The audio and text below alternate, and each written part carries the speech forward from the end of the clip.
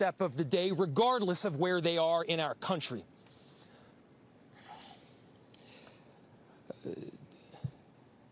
I'm so deeply saddened, and I'm so sorry to the families that I know are suffering right now. My ask is to everyone, stand by them. Love them. These families have forever been changed, and we've all been changed with them. We need to do everything possible to support them through this time. We have a family resource center that has been set up. I'm grateful for all of the law enforcement agencies from a number of different jurisdictions, and all the different departmental support that we've received. They're going to be working tirelessly. There's also a family resource center that is being set up as we speak to make sure that we're there for everybody. Again, to the families that are suffering, to those that have experienced loss, I'm so deeply sorry. We're going to be with you every step of the way. We love you. This kind of act of evil should never happen, and it happens far too often. The chief will provide additional details. My name is Brian O'Hara, B-R-I-A-N-O''H-A-R-A. I am the Minneapolis Police Chief. Earlier today, just before 8:30 a.m., our city experienced an unthinkable tragedy. Minneapolis police officers responded to a report of a shooting at a mass that was happening at the Annunciation Roman Catholic Church on the block behind me. This worship service was marking the first week of school for children that are attending the Annunciation Catholic School. During the Mass, a gunman approached on the outside, on the side of the building, and began firing a rifle through the church windows towards the children sitting in the pews at the Mass. Shooting through the windows, he struck children and worshipers that were inside the building. The shooter was armed with a rifle, a shotgun, and a pistol. This was a deliberate act of violence against innocent children and other people worshiping. The sheer cruelty and cowardice of firing into a church full of children is absolutely incomprehensible. Police officers from the Minneapolis Police Department immediately responded, entered the church, and attempted to provide first aid and rescue some of the children that were hiding throughout the building, while other first responders came and EMS responded to rush victims to nearby hospitals. 2 young children, ages 8 and 10, were killed where they sat in the pews. Their parents have been notified. 17 other people were injured, 14 of them being children. 2 of those children are in critical condition. The coward who fired these shots ultimately took his own life in the rear of the church. Our hearts are broken for the families who have lost their children, for these young lives that are now fighting to recover, and for our entire community that has been so deeply traumatized by this senseless attack. We will stand together to protect our children, our schools, and our houses of worship. This deliberate act of violence is just a sign of cruelty that is beyond comprehension. Our hearts are broken for everyone that's been affected by this tragedy. As we begin the difficult path of healing, I want the community to know this, that even in the face of such evil, the Minneapolis Police Department and all of our law enforcement partners stand with our community. We stand with these families and with this parish. We will continue to be here for you.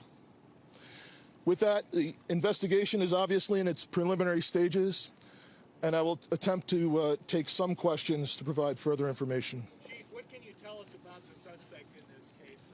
How old was he? Any kind of motivation? Any notes or any other information that were left behind? So we were looking, the question was, what can be said about the shooter? We believe it is one suspect, a sole shooter.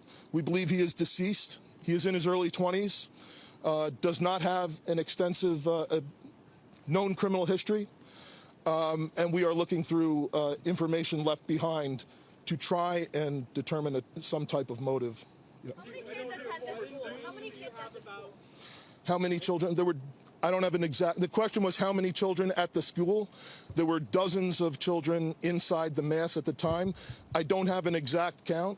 The children have been relocated into the school, which is where their families are reunifying with them. Do we know if the shooter, other than the weapons, Reg. other than the weapons, was the shooter a student, former student? Was he a former employee? Do we know that? The question was, do we know if the student was, if the shooter was a former school employee or a former student? We don't have that information. Did you leave anything behind other than the weapons?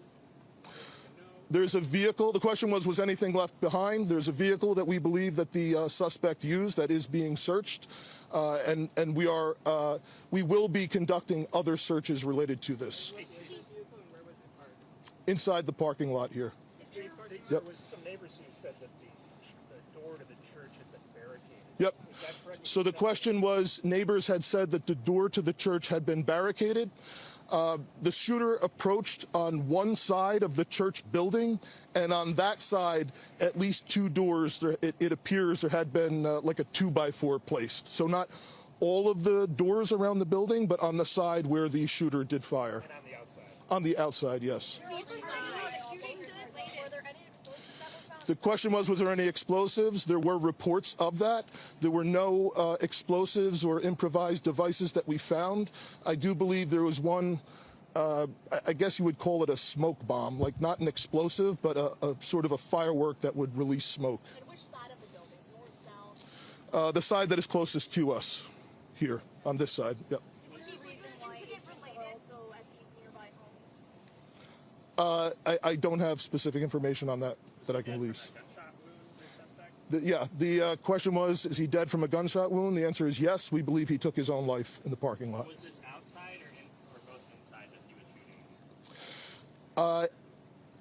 The question was he shooting outside and inside? He was absolutely shooting outside of the building on the side of the church, inside through the windows. It appears he may have gone inside, but I don't believe we've located any casings inside the building. So I'm not certain if he fired also while inside. It appears, if not all, most of the shooting happened outside the building. Chief, is this shooting related to any other shootings that happened in the last So, 24 hours? yeah, Taylor's asking, is this related to any of the other shootings? This does not appear to be related to any other shooting in the city. Do you know approximately how many rounds were fired? The question was how many rounds? I would say it's in the dozens. We don't have an exact count. There's a sidewalk on the outside as well as a grassy area. So obviously we are going through and taking our time to process the scene. Was he firing just one weapon, like the rifle? The question was he firing one weapon? We believe he had fired all three. He had a rifle, a shotgun, and a pistol. Chief, was this individual licensed to conceal and carry? Did he have any? Were the weapons, was he lawfully carrying the weapons? I don't have that information. And I don't have any information on any significant criminal history either. Was he dressed at all in any tactical type of gear or anything? It appeared he had some black clothing on, his cargo type pants. I guess you could interpret that as, you know, however you like. All right, Yeah. ladies and gentlemen, thank you for helping us to get the information out today. We have a lot No more more work questions? that needs to be done. We will return back later today to provide more details as they become available, and we'll let you know how you can know about that in the moments to come. Thank you. Okay, How can the public help? that's it. Thank you.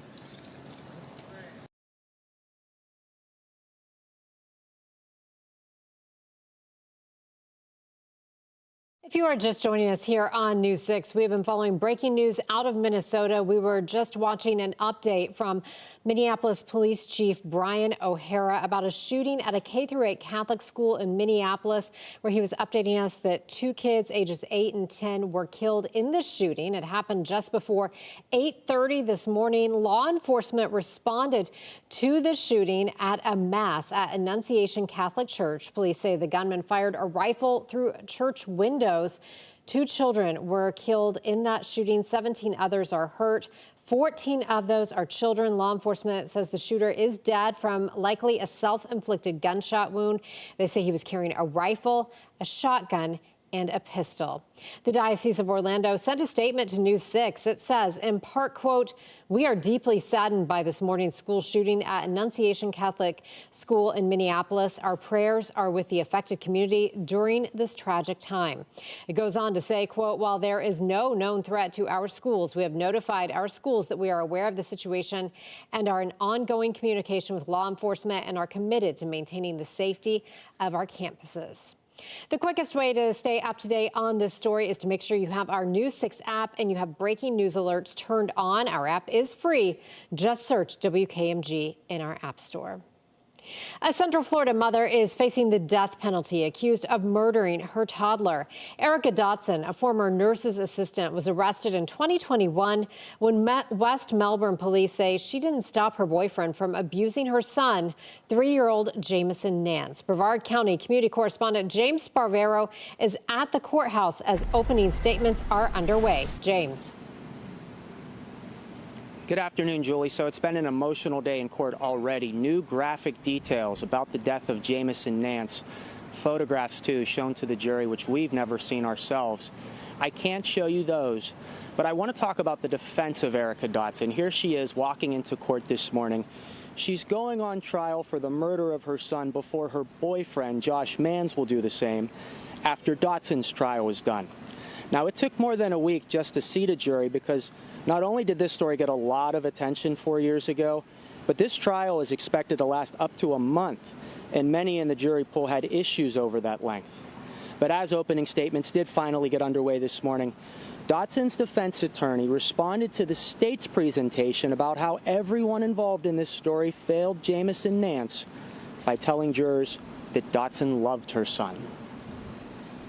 If any of these people had made a different choice on a given day, maybe, just maybe, he would have lived to see his 4th birthday. But that didn't happen. She loved her son, Jason.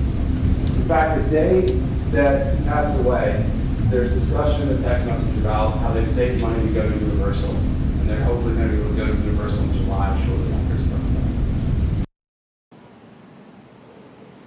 And Jamison would have turned 4 that summer back in 2021. The state attorney's office has told me that Josh Mans will not testify against his girlfriend, Erica Dotson. We will, though, hear from Jamison Nance's father. Again, the state is seeking the death penalty against both defendants. Live in Brevard County, I'm your community correspondent, James Sparvero, News 6. James, thank you. Schools in Central Florida just got back into session, and once again, A Gift for Teaching is back to help Central Florida families, students, and teachers. News 6 anchor Lisa Bell is live in Orlando today with more on this organization that we love so much and how they are raising money, Lisa. Yes. Hey, Julie. We are live in downtown Orlando outside Lake Eola, where, as you mentioned, we're trying to raise awareness about A Gift for Teaching. Now, this has been an organization that's been very near and dear to the hearts of News 6 and our viewers for years. Every year, they raise money and purchase supplies to then give to teachers in our community. And it's so important because we know teachers every year have to dig into their own pockets to try and get the supplies that their students need. So today is an important day because today is the last day that they have a matching campaign. So for every dollar that's donated today, it turns into $20 worth of supplies. And we have that QR code that you will see at the bottom of your screen. That's going to be up on our newscast all throughout the day. So all you have to do is open up your camera, scan that QR code. It's going to take you to a link where you can donate. And I just want to show you over here. We're out here with some of their partners. We've got Publix here today, but this is a look inside their store. You can see some of the supplies there where teachers are able to come and actually select what they need for their students and their classrooms. I spoke with Angela Garcia earlier today with A Gift for Teaching about the impact this has on local teachers. Do you actually get the opportunity to see the teachers come in and pick out the supplies? And if so, what's that like? We do. It's probably the most fun part of the job. We get to hear some really fun stories from them, from the silly things kids say in their classrooms, to all the fun projects that they're able to do with the supplies they get, how they're able to elevate their lesson plans because of these fun extras that they can do, or how they can decorate their classroom. So it's really heartwarming to hear that from them and hear how these supplies are so much more than just a pencil and just a piece of paper. It's giving confidence to students. It's giving them hope and the feeling of equality with their peers. And it really makes such a big impact when students are able to show up to school with the supplies they need. As many as 60% of students these days show up without the supplies they need. And Julie, I don't know if you noticed this doing your back to school shopping, but the cost of supplies has really gone up. So they're seeing the need for supplies increasing as well. And as I mentioned, today is the last day where those matching donations will be kicked in. So again, every dollar turns into $20 worth of supplies. We're going to be out here all day raising awareness, and all you have to do is scan that QR code, or you can go to clickorlando.com/gift-for-teaching to learn more about the organization and how to get involved. Julie? Every dollar turning into $20. You can't beat that math, Lisa.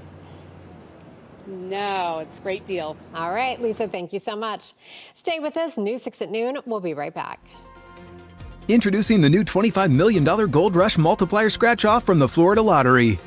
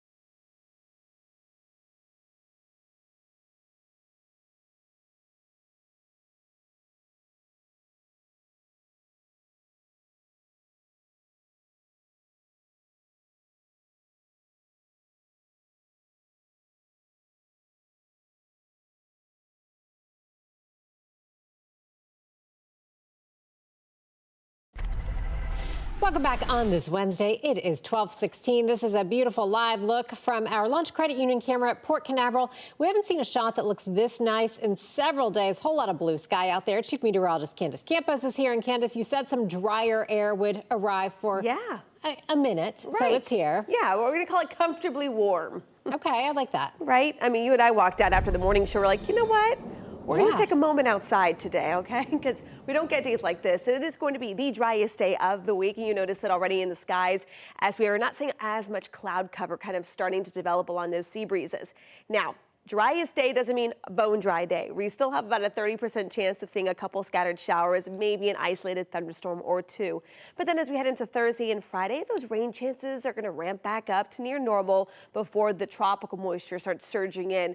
Unfortunately, just in time for the long holiday weekend. So let's look here at the visible satellite here. You can see other than parts of Volusia and Flagler County, most of Central Florida remains mostly sunny at this point in time. Just a few cumulus clouds there developing, just the natural ocean breeze pushing in along the coastline. But again, all of that dry air is really starting to kind of take hold of Central Florida. You can see where the moisture currently sits is where all the high cloud cover is.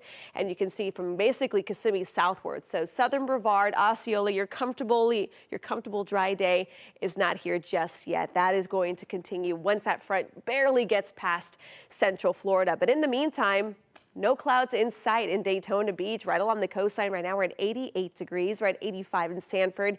The dew points, meaning the humidity is a little lower. It's not fall-like just yet, but it's not as sweltering as it is usually by this time already. Now, temperatures elsewhere around Central Florida, we're at 90 in the Villages, 88, pretty much from Wildwood, Leesburg, Claremont, Kissimmee through Cocoa Beach, Cape Canaveral, pretty uniform. But you guys in Marion, throughout Ocala, the Villages, Wildwood, you guys actually woke up this morning in the 60s. But now let's check on that hour-by-hour forecast for today. Sponsored by Strata Air Conditioning and Heating. AC emergency, you ought to call Strata. So 92 is going to be our high today. Look at those rain chances, less than about 30% through most of the day today. Again, we can't rule out the chance of an isolated storm. Models are really holding on to the possibility of a few thunderstorms where that front almost turns stationary. So we're going to keep a little higher chance for you guys in southern Osceola and Brevard County through the afternoon. And then some storms could possibly develop as the sea breeze try to get going, but there's just not enough moisture to create anything widespread. So again, we're going to hold a chance for rain. It's not at a 0, but about 30 to 40%. But then as we head into Thursday, we're going to get back to more of a usual setup. Sea breezes will start up, all thanks to that cold front that is down to our south, retreating back and bringing back that moisture. So let me show you here. So that front, again, starts to lift and moves away, and then it gets replaced with this next system. This area of low pressure will start to dig through the Gulf. Where it develops will really dictate how much rain we do see. But notice the clock there. It's Saturday and Sunday. Storms and clouds return. Temperatures, though, because of all that rain-cooled air, could be keeping temperatures in the upper 80s. But as we get results here with your full 7-day forecast, we are going to continue to see a decent chance of rain throughout the next couple of days. Stick around. News 6 at noon continues after the break.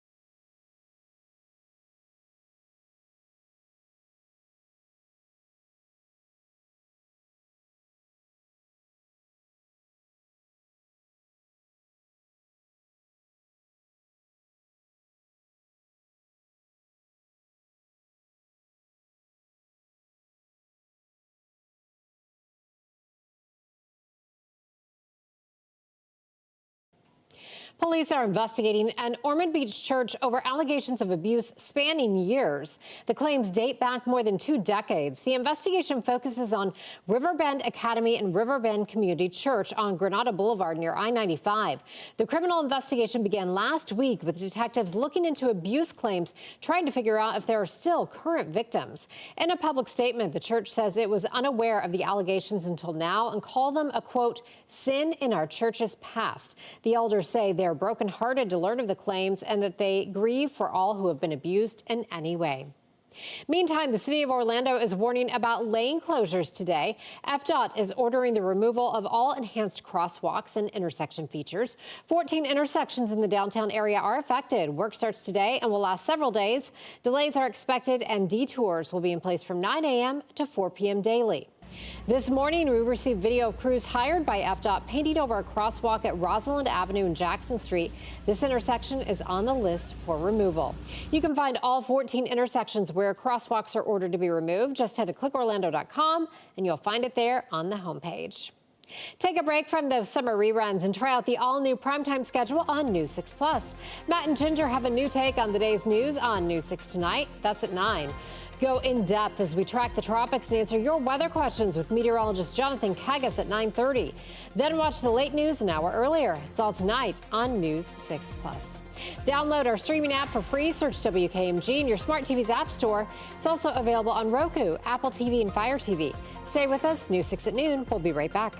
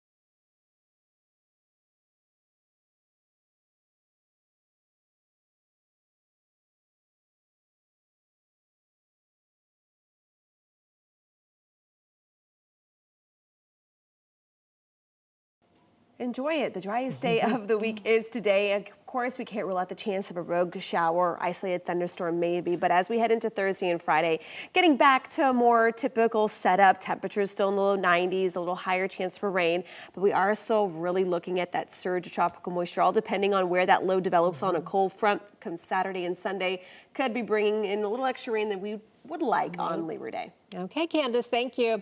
Switch over right now to the News 6 Plus streaming app or clickorlando.com to watch News 6 Extra. Have a great day. Our next newscast is at 4.